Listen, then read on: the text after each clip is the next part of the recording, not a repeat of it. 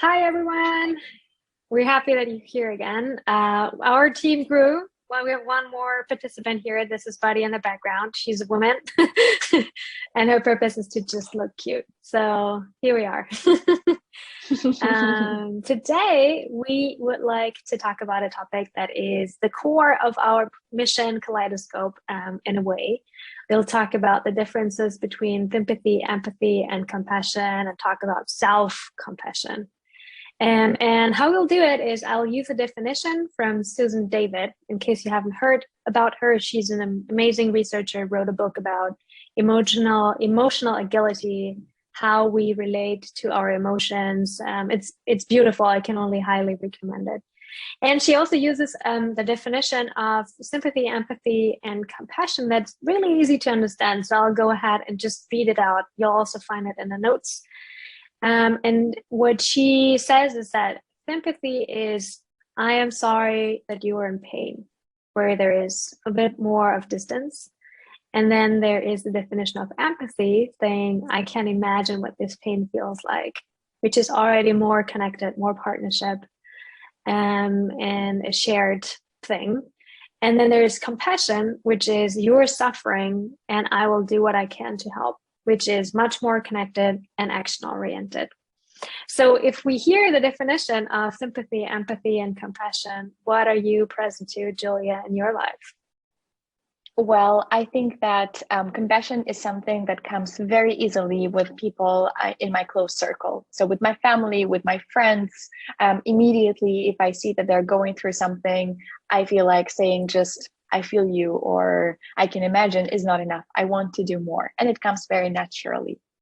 With empathy is something that I experience on an everyday basis in my work environment and also outside of work environment. So if I see that someone is going through, especially in the situation that someone is going through something that I have experienced in the past, empathy is just there because I know what it feels like and I can give the space and the room to talk about it and share my experience. So it comes easily as well. And sympathy is something that I experience with people that I don't know, or some people that I'm not super fond of, let's say. So if the situation is that, but it's not that it's fake, but it's just that it comes naturally as well, that I am sorry that you're going through something like that, but I don't feel like we're that connected that I want to do something more. Interesting. So it seems like there is a connection to the depth of connection or how much you care about people if you choose sympathy, empathy, or compassion. And people you don't know or you don't like, you usually choose sympathy and create a little bit more distance. And then people that you really care about, compassion comes naturally. Yeah. It's interesting conversation. We don't have the time for that today, but looking at where we stop with empathy, compassion, and sympathy with other people. But if you're curious about that conversation, come and join us in our Mission Kaleidoscope. We'll talk about that. But our project also talks a lot about personal development and the introspective of our own growth and what we want to work on. So what would you say, Julia? What level do you usually choose when you talk to yourself? Well, I want to say that it's always self-compassion. Unfortunately, it's not always the case, even though I do see a huge improvement in me. So more and more I find myself in a situation where I treat myself as my best friend. So I talk to myself, or I give myself some space and room, and I'm much more understandable. Also depends on the situation. There are some cases when it's a little bit difficult, when I have my goals or I have my ideas and ambition kicks in, then maybe self-compassion is not the first thing that I reach out to, but I'm definitely learning, because when I do, I feel like it really serves me. Yeah, like a very current example of how difficult it is sometimes to choose self-compassion over judging ourselves is this is the third recording.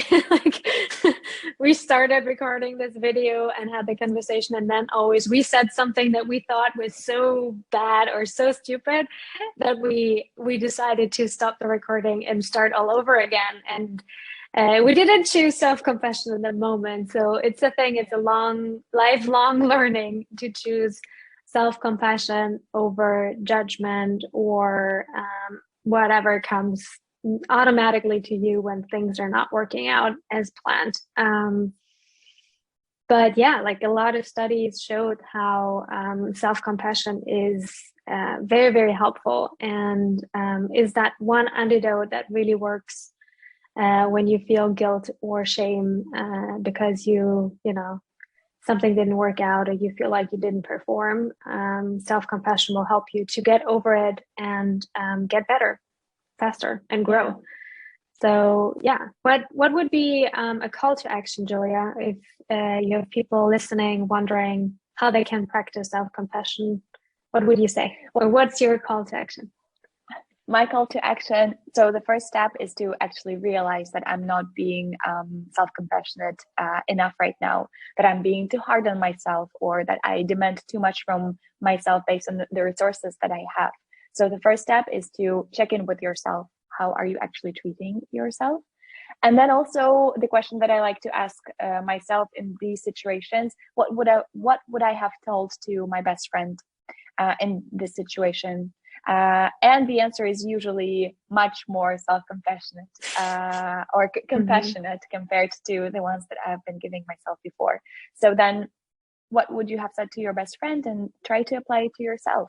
If you're saying this to your best friend, why don't you treat yourself like one as well?